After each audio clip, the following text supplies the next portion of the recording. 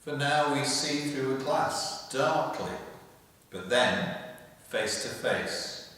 Now I know in part, but then shall I know, even as I also am known.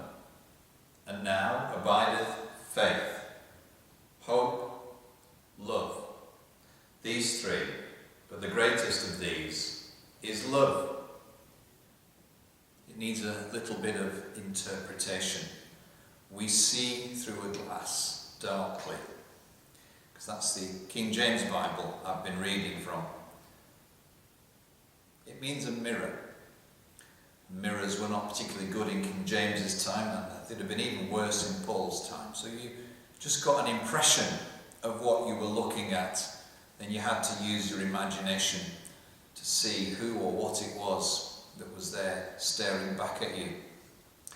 Paul is talking in this 13th chapter of the Corinthian letter about how the Christian life works, about his experience of it.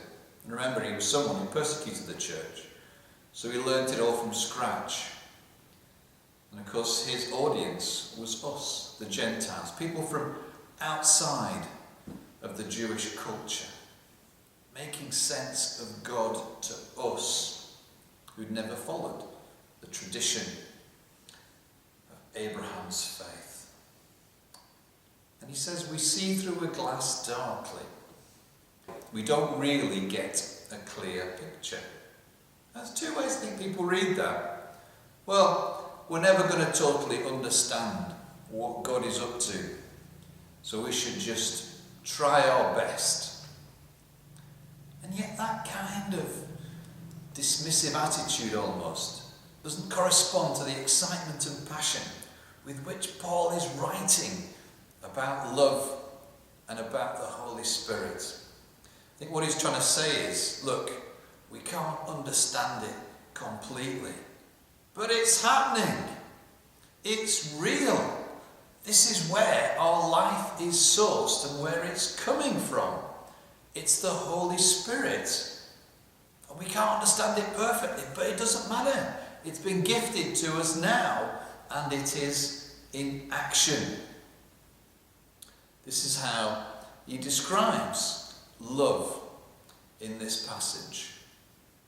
Though I speak with the tongues of men and of angels and have not charity, I am become as sounding brass. Though I speak with the tongues of men and of angels and have not love, I am become as sounding brass or a tinkling cymbal.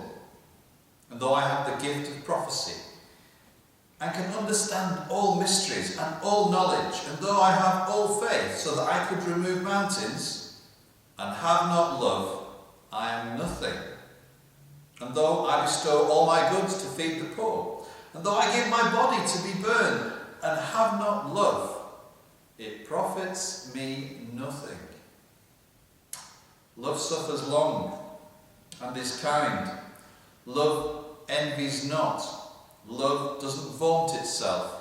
It's not puffed up. It doesn't behave unseemly, seeks not its own, is not easily provoked, thinks no evil, rejoices not in iniquity, but rejoices in the truth, bears all things, believes all things, hopes all things, endures all things.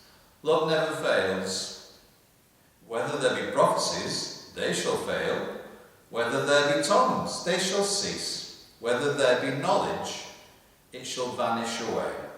For we know in part, and we prophesy in part. But when that which is perfect is come, then that which is in part shall be done away. When I was a child, I spoke as a child. I understood as a child. I thought as a child. But when I became a man, I put away childish things. Now, the previous chapter, the subject was the Holy Spirit and how that is the source of how the gifts work their way out, and there's a unity and there's a design and there's a pattern to it. And he's not talking about a romantic